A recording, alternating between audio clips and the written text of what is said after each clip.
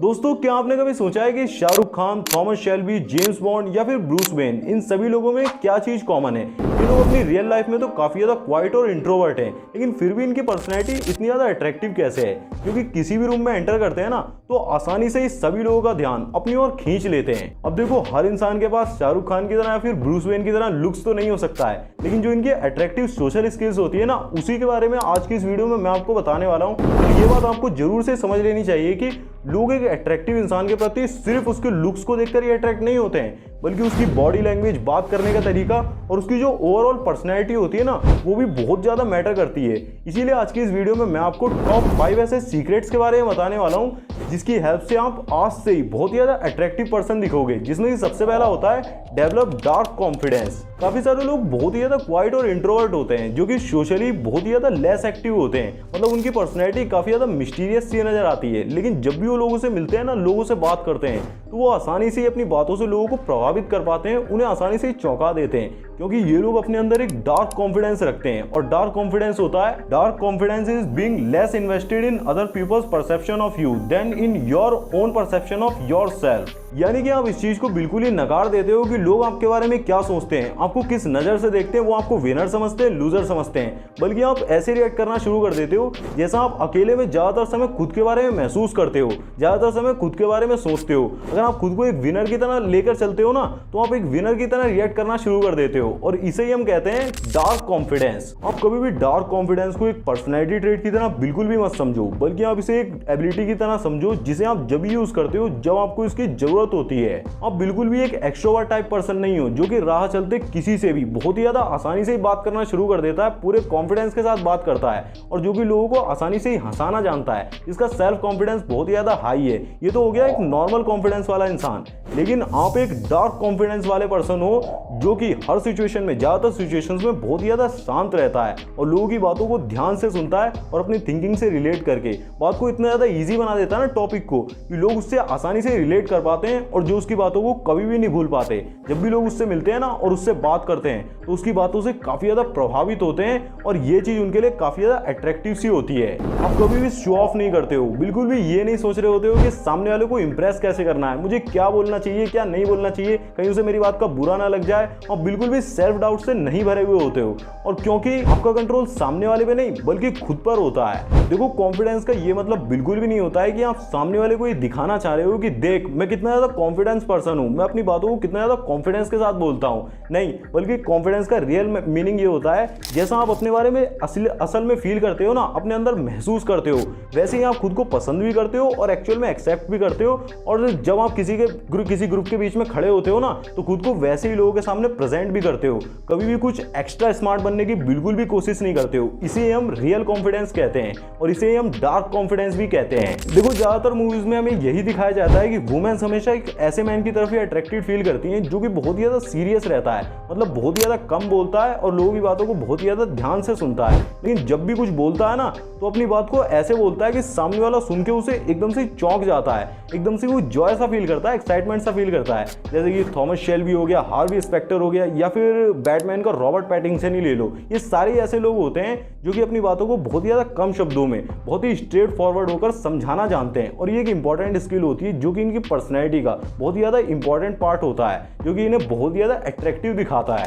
अब मैं आपको कुछ ऐसे इंपॉर्टेंट पॉइंट्स के बारे में बता देता हूं, जिसकी हेल्प से आप भी अपने अंदर डार्क कॉन्फिडेंस को डेवलप कर सकते हो। सबसे पहले तो मिरर प्रैक्टिस करो, मतलब मिरर में देखकर आई कांटेक्ट करके एक स्ट्रॉन्ग आई कांटेक्ट बनाकर खुद से ये बोलो कि एक्चुअल में मैं कैसा हूं, और उसे ही एक्सेप्ट करो। ग्रोथ के लिए तो काम करो, लेकिन खुद के प्रति ईमानदार रहो। कभी भी झूठा कुछ दिखने की कोशिश बिल्कुल भी मत करो। जब भी आप सेल्फ टॉक कर रहे हो ना, तो खुद के बारे में कभी भी नेगेटिव मत सोचो, नेगेटिव बिल्कुल भी मत बोलो। ये आपकी पर्सनैलिटी पे बहुत ही ज्यादा नेगेटिव इंपैक्ट डालता है। और सबसे इंपॉर्टेंट बात यह है कि अपनी बातों को बहुत ही ज्यादा कम शब्दों में, बहुत ही ज्यादा कम वर्ड्स में लोगों तक पहुंचाने की कोशिश करो, जिससे कि वो आसानी से समझ जाएं कि आप क्या कहना चाह रहे हो। ये बहुत ही ज्यादा इंपॉर्टेंट स्किल है, इसे जरूर से ही मास्टर करो। और दूसरे नंबर पर आता है अट्रैक्ट थ्रू हॉनेस्टी। देखो हम लोगों की प्रॉब्लम यही होती है कि हम हर सिचुएशन में बहुत ही ज़्यादा एक्सट्रीम लेवल पर जाकर रिएक्ट करते हैं। जैसे कि किसी सिचुएशन में तो बहुत ही ज़्यादा ईमानदार बन जाते हैं, अचानक से ही बहुत ही ज़्यादा हॉनेस्टली बिहेव करना शुरू कर देते हैं। सामने वाले को भले ही बुरा लगे फिर भी उसके मुंह पर ही बोल देते हैं कि आज तो तू बिल्कुल ही बेकार लग रहा है, भद्दा लग रहा है। और कभी इतने ज़्यादा झूठे हो जाते हैं ना कि अगर वो अच्छा नहीं भी लग रहा होता तब भी उसकी झूठी झूठी चापलूसी तारीफ करना शुरू कर देते हैं। लेकिन आपको ये बात समझ लेनी चाहिए कि जब आप किसी की झूठी तारीफ करते हैं ना, झूठ झूठ बोलते हैं, चापलूसी टाइप करते हैं, कुछ उससे काम निकलवाना होता है तो बोलते हैं, तो उसे सामने वाले को साइकोलॉजिकली सीधा ही समझ में आने लगता है कि ये बंदा झूठ बोल रहा है, कहीं ना कहीं ये कुछ और करवाना चाह रहा है और दिखा कुछ और रहा है, इसके फेस पे कोई मास्क लगा हुआ है जिसे ये छुपाना चाह रहा है। लेकिन ये दोनों ही सिचुएशंस पूरी तरीके से गलत हैं। कभी भी एक्सट्रीम लेवल पर फैसला लेना आपके लिए हानिकारक ही होता है। आपको अपनी हॉनेस्टी को प्रेजेंट करने का तरीका सीखना होगा, मतलब किस सिचुएशन में आपको अपनी ईमानदारी को किस तरीके से लोगों तक पहुंचाना है। मतलब आपको झूठ भी नहीं बोलना है और पूरी तरीके से सच इस तरीके से नहीं बोलना है कि सामने वाला बुरा मान जाए। ये चीज आपको आनी चाहिए, एक इंपॉर्टेंट स्किल है जो कि आपको सीखनी होगी। देखो जो स्टार्ट विद व्हाई बुक है ना, उसके ऑथर साइमन सिनेक हमें बताते हैं कि वो एक बार अपने फ्रेंड की स्टेज परफॉर्मेंस देखने गए थे, स्टेज ड्रामा देखने गए थे, जो कि उन्हें बिल्कुल भी पसंद नहीं आया था। मतलब वो ड्रामा उनकी लाइफ के लिए बिल्कुल ही वाहियात था, सबसे वर्स्ट ड्रामा था। अगर वो फ्रेंड उनकी स्टेज पर परफॉर्म नहीं कर रही होती ना तो वो बीच में ही वहां से उठकर चले जाते, लेकिन वो फिर भी उस ड्रामे को लास्ट तक देखते हैं। लेकिन जब उनकी फ्रेंड एक बिग स्माइल के साथ पूरी तरीके से खुश होकर उनके पास आती है ना और उनसे रिव्यू मांगती है, उनसे पूछती है कि आपको ड्रामा कैसा लगा, मतलब आप पूरा ड्रामा देख चुके हो, अब बताओ मुझे आपको कैसा लगा। तो वो एक हॉनेस्ट पर्सन थे, वो झूठ तो बोलते नहीं। अब उनके सामने सिचुएशन आ गई थी कि मुझे ड्रामा तो बिल्कुल भी अच्छा नहीं लगा, अब मैं सीधा इसके मुंह पर बोल दूंगा तो जो इतना ज्यादा खुश हो रही है ना, एक्साइटेड फील कर रही है, एकदम इसका मुंह तर जाएगा, दिल टूट जाएगा। तो उन्होंने एक तरीका लगाया और इनडायरेक्टली घुमा फिरा कर उसको बोला, I am so proud of you, तुम्हें स्टेज पर परफॉर्म करते हुए देखकर मुझे बहुत ही ज्यादा अच्छा लग रहा था, मेरी नजर सिर्फ तुम पर ही थी और मैं ये देख रहा था कि तुम अपनी परफॉर्मेंस को कितना ज्यादा एंजॉय कर रही थी, जिसे देखकर मुझे बहुत ही ज्यादा अच्छा लग रहा था, जो कि सब बिल्कुल ही सच था। उनकी एक भी बात बिल्कुल भी झूठ नहीं थी, वो रियलिटी में ऐसा फील कर रहे थे। उन्हें ड्रामा भले ही बहुत ही ज़्यादा बेकार लगा हो, इतना ज़्यादा अच्छा ना लगा हो, लेकिन जो अपनी फ्रेंड की डेडिकेशन को देखकर वो बहुत ही ज़्यादा इंप्रेस थे, उससे बहुत ही ज़्यादा प्रभावित थे और वही सब उन्होंने उसे बता दिया।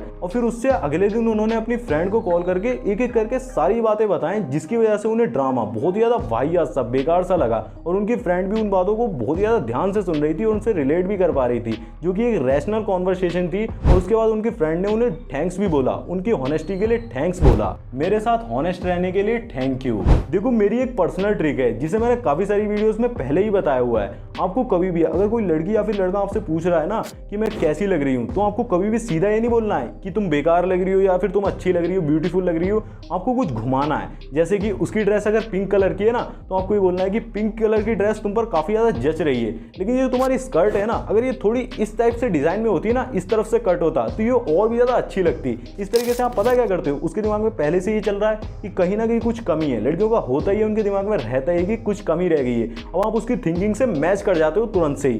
तो जब आप बोल देते हो ना कि ये अगर ऐसा होता तो और भी ज़्यादा अच्छा लगता, तो आपकी मैचिंग हो गई, तो वो अचानक से आपके प्रति अट्रैक्टेड फील करती है। और ये ट्राई करके देखना 100% ये वर्क करती है, मैंने काफ़ी बार ट्राई करी हुई है।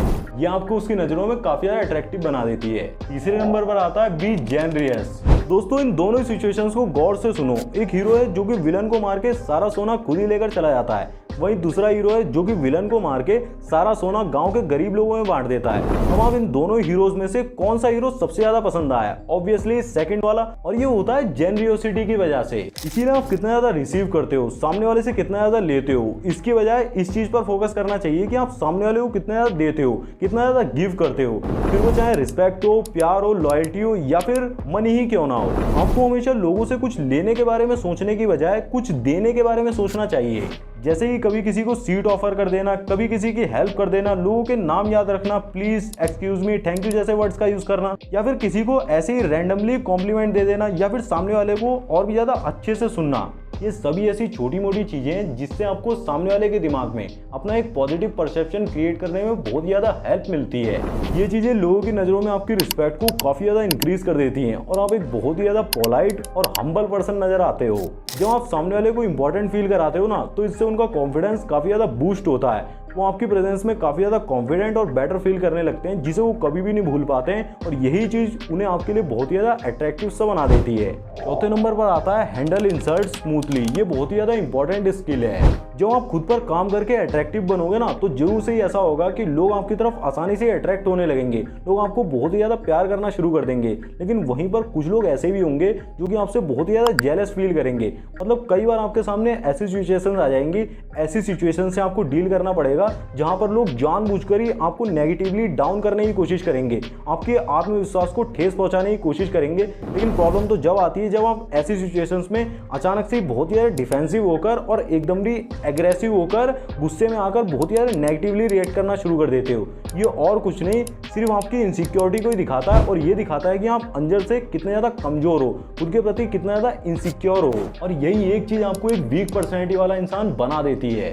अब कोई अगर डायरेक्टली आपकी पर्सनल बाउंड्रीज में अटैक कर रहा है, डायरेक्टली आपको चैलेंज कर रहा है, आपकी इमेज को डिस्ट्रॉय करने की कोशिश कर रहा है, डायरेक्टली गाली गलौज करना है, तो आपको वहां पर तो खुद को डिफेंड करना ही चाहिए। लेकिन अगर कोई सिर्फ जेलिसी में ही, मतलब जेलिसी भरी बातों से ही आपको इंसल्ट करने की कोशिश कर रहा है, जानबूझकर ही आपको उकसाना चाह रहा है, तो वहां पर आपका ऑफेंड होना आपको काफी ज्यादा वीक बनाता है। आपने जरूर से नोटिस करा होगा कि जो भी अट्रैक्टिव लोग होते हैं ना, वो बहुत ही ज्यादा काम रहने की कोशिश करते हैं। उनका अपने अग्रेशन पर, गुस्से पर बहुत ही ज्यादा कंट्रोल होता है। वो इतनी जल्दी किसी पर भी गुस्सा नहीं करते हैं और इतनी जल्दी रिएक्ट भी नहीं करते हैं। जैसे कि थॉमस शेल्बी, इस बंदे को आपने नोटिस करा होगा कि जब भी कोई हार्ड सिचुएशन आती है ना, तो ये बहुत ही ज्यादा कामली उसे रिएक्ट करता है, कामली उस सिचुएशन में रिएक्ट करके उसे हैंडल करने की कोशिश करता है। कभी भी एकदम से चिल्लाने नहीं लग जाता है, एकदम से एग्रेशन नहीं दिखाता है।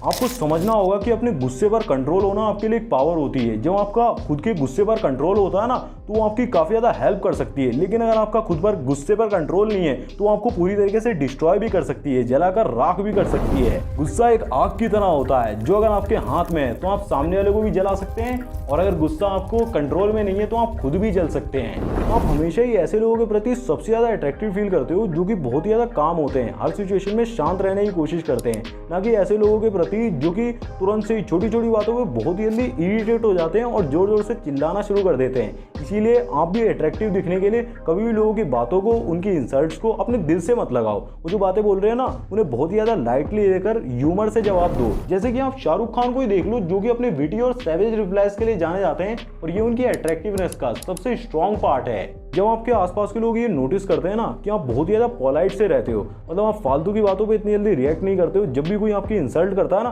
आपको फालतू में उकसाने की कोशिश करता है, तो आप बहुत ही ज़्यादा पोलाइट वे में ह्यूमर के साथ उसकी बातों को डिसमिस कर देते हो। तो ये एक ऐसा ट्रेट है जो भी लोगों को बहुत ही ज़्यादा अट्रैक्टिव सा लगता है और लोग आपकी ओर खींचे चले आते हैं। 5वें नंबर पर आता है create the illusion. Looks doesn't matter. Looks कुछ भी नहीं होता, पर्सनैलिटी सब कुछ होती है। यही बात हमें बचपन से बोली जा रही होती है, लेकिन ये बात पूरी तरीके से झूठ है। कुछ लोग तो आपको ये सब बोलकर अच्छा फील करा सकते हैं और आपका टाइम वेस्ट कर सकते हैं, लेकिन जो सच बात है ना, कड़वी बात है, उसे आपके सामने रखना बहुत ही ज़्यादा जरूरी है। आपने हेलो इफेक्ट के बारे में तो सुना ही होगा, जहाँ पर आपकी अपीयरेंस ही आपकी पर्सनैलिटी को मोल्ड कर देती है। जैसे कि कोई पर्सन बहुत ही ज़्यादा लग्जरी घड़ी पहनकर, सूट वूट पहनकर बहुत ही ज़्यादा अच्छे से ड्रेसअप करके आता है ना, तो आप तुरंत से ही उसे एक रिच पर्सन के साथ एसोसिएट कर देते हो। तो ये बिल्कुल ही बात गलत हुई ना, लुक्स डजेंट मैटर। लुक्स बिल्कुल भी मैटर नहीं करता है, ये सरासर गलत है। और हेलो इफेक्ट भी ऐसे ही काम करता है। अब आप मानो या ना मानो, लेकिन लुक्स मैटर करता है।